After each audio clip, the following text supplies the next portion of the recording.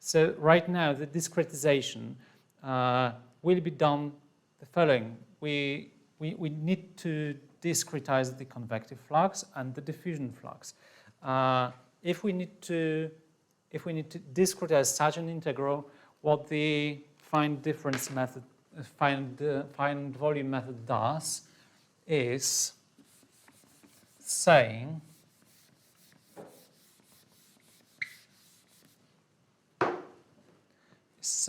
that this convective flux can be expressed simply as the sum over all phases.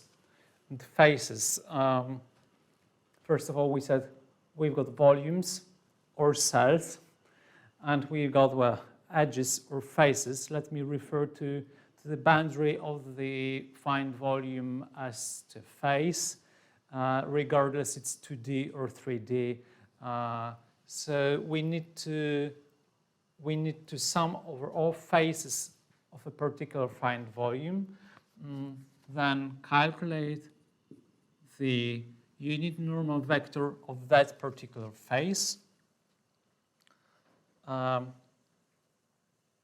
times velocity at this phase times value of u at the given phase times surface area. Okay, for me, as I introduced this V as being the volume of the cell, let me always denote by A the surface area of the face, well, or length of the edge in 2D.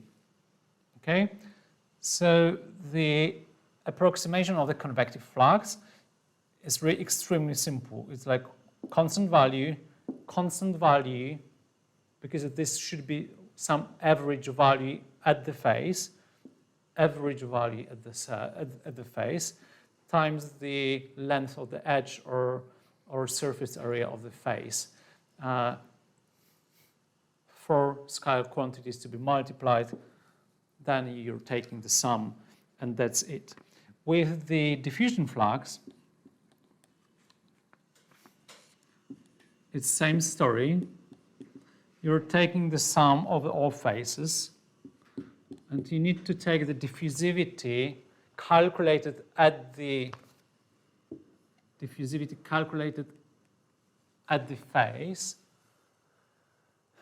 Actually, usually you take the centroid of the phase, where you calculate lambda.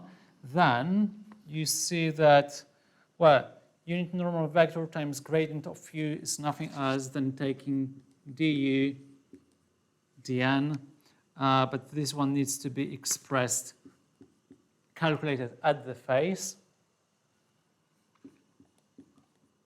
times the surface area of the phase. Yeah. In a convective flux, the UF, VF should be calculated at the phase or in the volume. On the phase, like on the phase. On the phase, but then you like have numerous schemes for approximation from the cells. Okay. Yeah. We will come to that in a minute, but let's do it step by step, because that's the strict way. That's really the integral equation that actually didn't change anything and didn't introduce any approximation and any discretization. Now, the first step in the approximation or discretization is we replace the integral by the sum of the phases. Okay? And obviously, you would calculate this boundary integral by integrating proper variable values along the boundary. But the first approximation is that you take the sum, but then you take the value out of that phase, the average value. And with the diffusion flux, it's same story. Questions?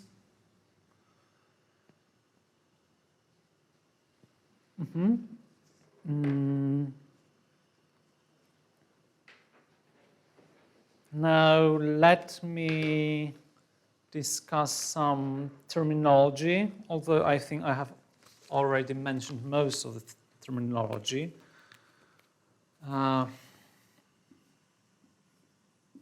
Just to be on the same page. First of all, as I said, everything that is inside, that's for the cell or volume. Then we represent, or we say that these averaged values are valid at the centroid of the volume. So here we've got the centroid. I said that the boundary of a particular cell or volume, we will refer to that as a phase. And something that is particularly associated with defined volumes is the flux. So basically the amount of some quantity that is exchanged or transported through a given boundary. Why is the values always in the center?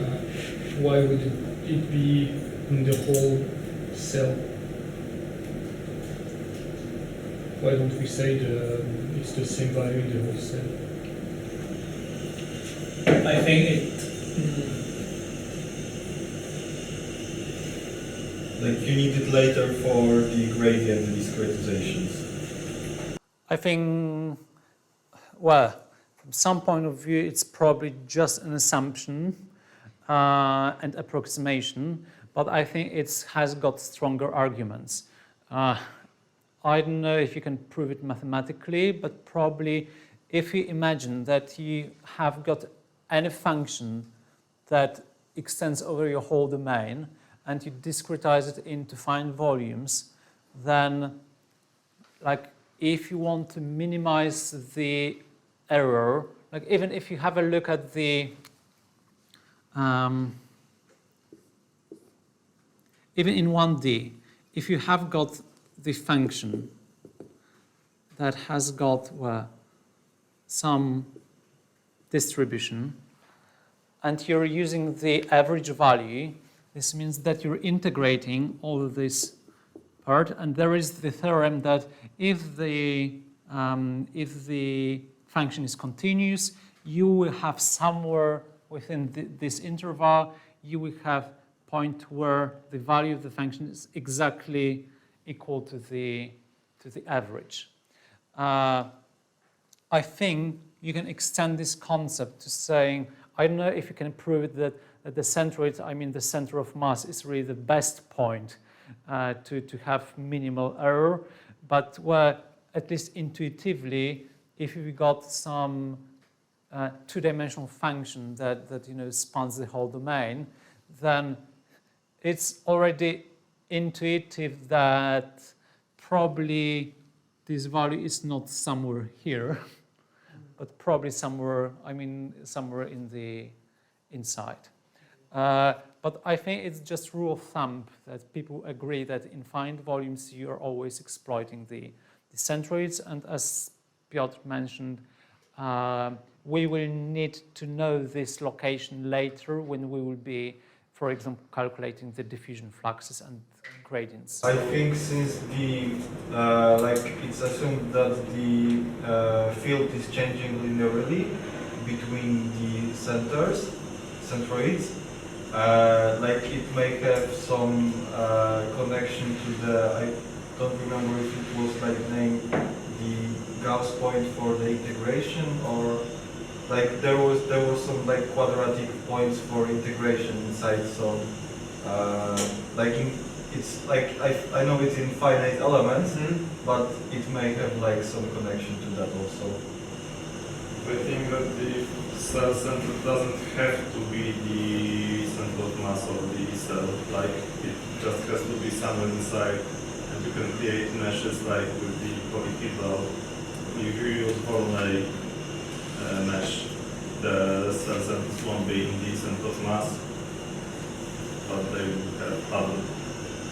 Well, Maybe it just must be constant for all cells and center of mass. Well, you see, we need to have some agreement where it's located, because the formulation works with the averages, and you can assume that the only thing that you represent is some averaged value that is averaged across the whole cell times the surface area of the cell, and that's it. But later on, for example, for flux calculation, you will need, or gradient reconstruction, you will need to know where it's really located and how you interpolate. And I think it's rule of thumb and just general agreement that we always assume that this is at the centroid. If you go to Fluent, ANSYS Fluent, and you are using some user-defined functions and you access the variables, then you've got quick access to the coordinates of the centroid of each cell.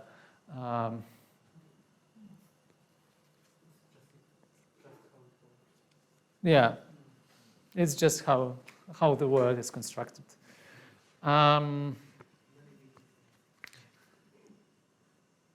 If we refer to the finite volume mesh, then, well, no wonder probably that we've got nodes in the mesh. Already set cells or volumes, faces or edges. Well, nodes or vertices. Well, I would say vertices is something that you rather associate with one finite volume, like a geometrical notion that you've got vertices, but in the mesh you've got nodes, fluxes, and well, something that is very, very, very important for finite volume method are the neighbors. And you will see in a minute neighbors. You will see in a minute that for the finite volume discretization and the data structures that you need to store in the numerical code, it's extremely important to construct an array of the neighboring cells.